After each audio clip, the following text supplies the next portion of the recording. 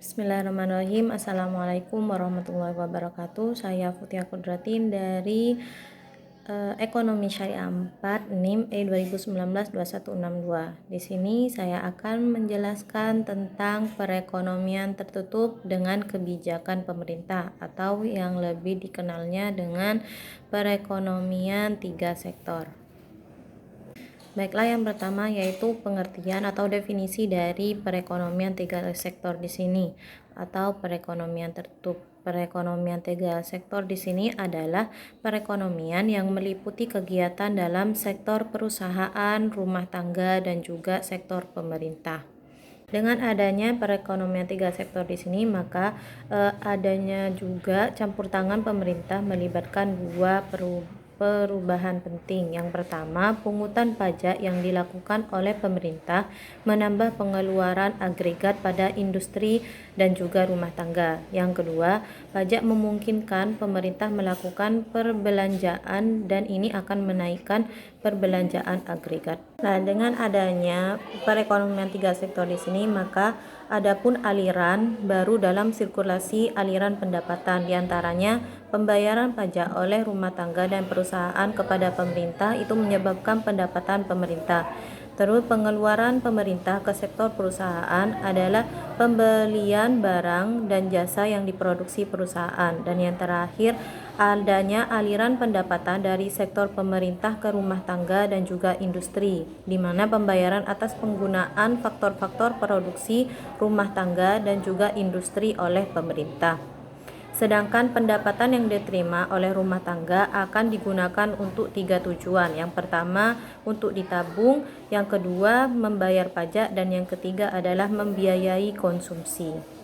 Berikutnya yaitu adalah syarat dari keseimbangan, di mana dalam perekonomian yang tidak melakukan perdagangan LN, berarti AS adalah sama dengan Y, sehingga pada keseimbangan nasional berlaku persamaan C plus I plus G sama dengan C plus S plus T. Apabila C atau konsumsi pada tiap ruas itu dikurangkan, maka berlaku I plus G sama dengan ST, di mana I plus G atau industri plus government itu adalah suntikan dan S plus T itu adalah bocoran.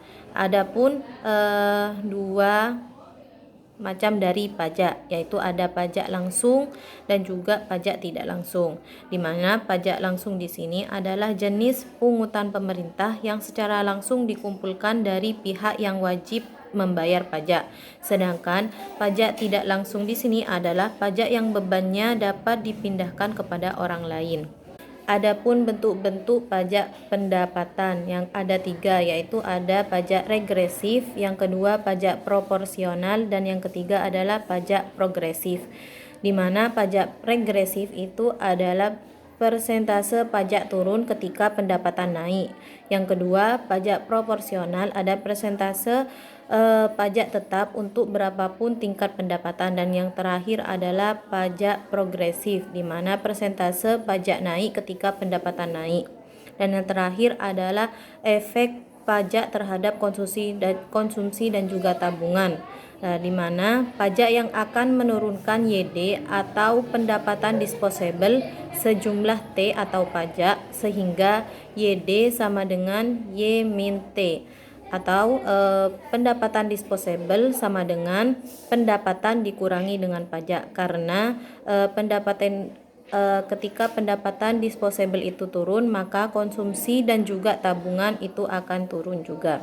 Baiklah, sekian dari saya, kurang lebihnya mohon maaf. Wassalamualaikum warahmatullahi wabarakatuh.